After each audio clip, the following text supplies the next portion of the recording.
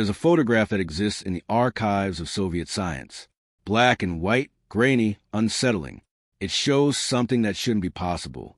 Two dogs sharing one body. Two heads, both alive, both conscious, both looking in different directions. One lapping at water, while the other simply watches. This isn't science fiction. This isn't a hoax. This is the work of Vladimir Demikhov, a Soviet surgeon who, in the 1950s, decided to answer a question that perhaps should never have been asked. Can we create life by combining living beings? Today, we're diving into one of the most controversial experiments in the history of medical science. A story that sits at the uncomfortable intersection of brilliant innovation and ethical nightmare. A story about a man who pushed the boundaries of what was possible, regardless of whether he should. This is the story of the two-headed dogs of Moscow. To understand the experiments, you first need to understand the man. Vladimir Petrovich Demikhov was born in 1916 in a small village in the Russian Empire. He grew up during the chaos of the Russian Revolution and the early Soviet period, times when anything seemed possible, when the old world was being torn down and rebuilt according to new principles. By the time he was a biology student at Moscow State University in the 1930s, Demikhov had already shown an unusual talent, not just for understanding physiology, but for pushing it, for asking what if in ways that made his professors uncomfortable. At the age of 22, while still a student, Demikhov performed his first major experiment. He created an artificial heart and successfully implanted it into a dog, keeping the animal alive. This was 1937. The first human heart transplant wouldn't happen for another 3 decades. But here was this young Soviet student, already experimenting with what would become one of the most important frontiers in medical science.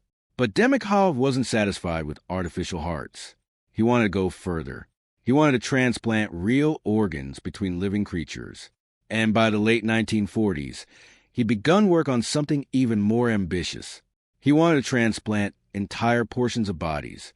During World War II, while working as a surgeon treating wounded soldiers, Demikhov had seen the devastating injuries that men sustained. He'd seen people who needed new organs, new limbs, new parts to survive. And he began to wonder, if we can transplant blood between people, why not organs? Why not entire sections of the body? By 1946, he'd successfully performed the first intrathoracic transplantation, moving a heart and lungs from one dog to another. The dog survived. The scientific community took notice. Here was a surgeon doing things that weren't supposed to be possible. But Demikhov wasn't done. Not even close. In 1954, he performed an experiment that would make him infamous. He took a small puppy and surgically attached its head, shoulders, and front legs onto the neck and shoulders of a larger German shepherd. The result was a creature with 2 heads, both conscious, both aware, both alive, and it worked. The question is, should it have? Picture the scene. Moscow, 1954. A laboratory in the Institute of Surgery. The doors are locked, but inside, something extraordinary and terrible is happening. Demikhov stands over an operating table. 2 dogs lie before him, anesthetized. One is a large German shepherd, healthy and strong. The other is a smaller puppy, perhaps 9 weeks old. Over the next several hours, Demikhov will perform a surgery so complex, so audacious, that most surgeons wouldn't even attempt it today. His technique was remarkable in its precision. He didn't just attach a head to another dog's body. He connected blood vessels, ensuring the puppy's head received oxygenated blood from the host dog's circulatory system. He connected the esophagus. Though it led nowhere, he preserved nerves where possible. The surgery required him to essentially create a parasitic twin, with the smaller dog depending entirely on the larger one for survival. When the dogs woke up from anesthesia, observers reported something that seemed impossible. Both heads were conscious. Both could see. Both could hear. Both could move. The puppy's head could lap at milk placed in front of it, even though that milk would simply drain out of the disconnected esophagus. The main dog could walk, though the added weight made movement difficult. It was a medical marvel. It was also a horror show. Demikhov didn't stop with one 2-headed dog. Over the course of 15 years, he created 20 of these creatures, each one an attempt to perfect the technique. to keep them alive longer, to better understand the biological mechanisms of transplantation. The longest any of these animals survived was 29 days. Most died within a week. The causes of death varied: tissue rejection, infection, the sheer biological stress of procedure.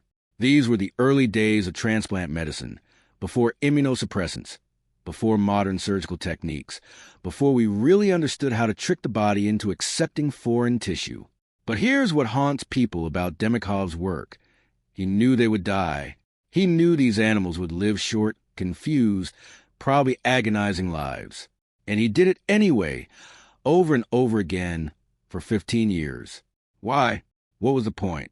To answer that, we need to understand what Demikhov was really trying to achieve. He wasn't creating two-headed dogs for the sake of creating two-headed dogs. That would be pure mad science, with no purpose beyond shock value. No. Demikhov had a goal, a vision of the future of medicine that was actually quite noble, even if his methods were disturbing. He was pioneering transplant surgery. Think about it from his perspective. It's the 1950s. Organ transplantation is still largely theoretical. Yes, there had been some attempts, mostly with kidneys, but the success rate was abysmal. Doctors didn't really understand tissue rejection. They didn't know how to connect blood vessels properly. They didn't have the drugs needed to prevent the immune system from attacking the new organ. Demikhov's two-headed dog experiments were, in his mind, a way to solve all these problems at once. By keeping a second head alive on a host body, he could study blood vessel connections, nerve regeneration, immune responses, and surgical techniques all in one dramatic package. And remarkably, his work actually contributed to legitimate medical advances. The techniques Demikhov developed for connecting blood vessels became foundational for modern transplant surgery. His methods for preventing blood clots during surgery, his understanding of how to keep tissue alive during transplantation, his insights into immune rejection, all of these fed into the development of modern organ transplantation. In fact, many of the surgeons who went on to perform the world's first successful human organ transplants visited Demikhov's lab. Christian Barnard, the South African surgeon who performed the first human heart transplant in 1967, traveled to Moscow to observe Demikhov's techniques. He later said that Demikhov had taught him everything he knew about transplant surgery. So here's the uncomfortable truth. Demikhov's horrifying experiments with two-headed dogs may have saved countless human lives by advancing transplant medicine. Does that justify what he did? That's the question that still haunts medical ethicists today. The news of Demikhov's experiments didn't stay confined to the Soviet Union. By the late 1950s, Western journalists had gotten wind of what was happening in Moscow. And when Life magazine published photographs of the two-headed dogs in 1959, the reaction was immediate and visceral. People were horrified, not just animal rights activists, though they were certainly outraged. Scientists, doctors, ordinary people, they all looked at these images and felt a deep sense of wrongness. This wasn't just cutting-edge science. This felt like something from a horror movie, like something that violated the natural order. Religious leaders called it playing God. Scientists questioned whether the knowledge gained was worth the suffering inflicted.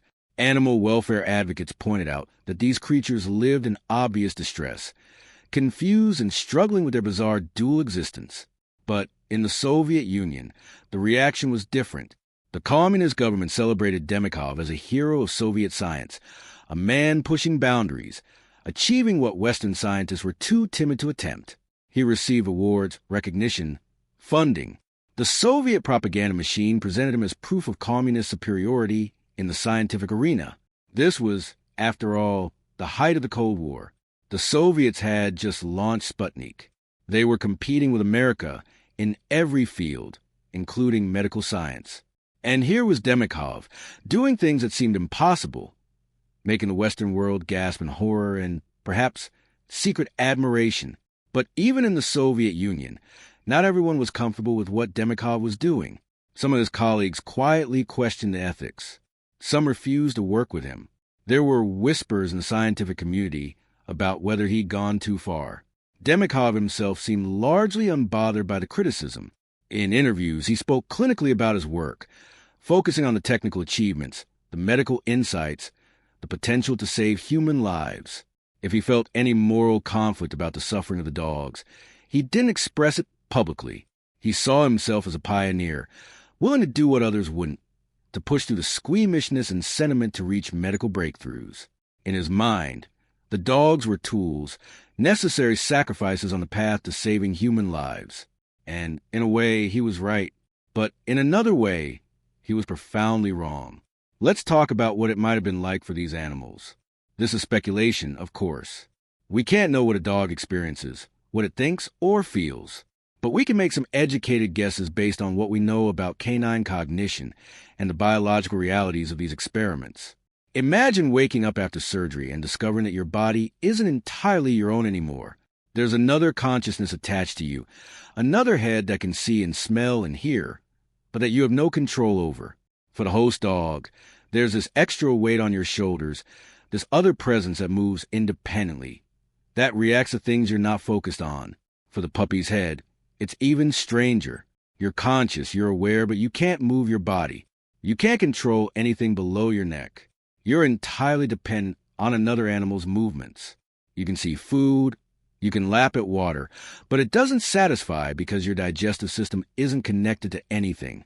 Both heads will be getting conflicting sensory information, conflicting impulses. The stress on both consciousnesses must have been immense. And then there's the physical suffering, the surgical wounds, the immune system's attempt to reject the foreign tissue, the infections that inevitably developed. These animals weren't just living in biological confusion. They were living in pain. Demikhov's defenders argued that the dogs were anesthetized during surgery, and given what pain relief was available at the time, they pointed out that the animals could eat, could respond to stimuli, suggesting they weren't in constant agony.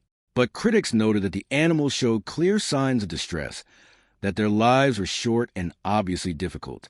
The truth probably lies somewhere in between. These weren't animals being deliberately tortured, but they were animals living in a state that nature never intended, and they suffered for it. Now, here's where the story takes an interesting turn, because Demikhov's experiments didn't happen in isolation.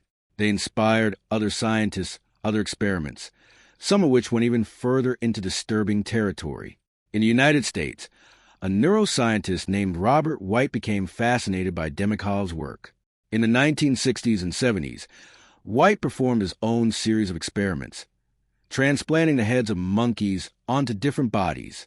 He even managed to keep a severed monkey head alive, conscious and aware, sustained only by blood pumped through its vessels. White's ultimate goal was even more ambitious than Demikhov's. He wanted to perform a full head transplant on a human being. He believed this could be the answer for people suffering from terminal diseases that affected their bodies but not their brains. Imagine someone with advanced cancer or complete paralysis given a new, healthy body. White never got approval to try this on humans, but he came close.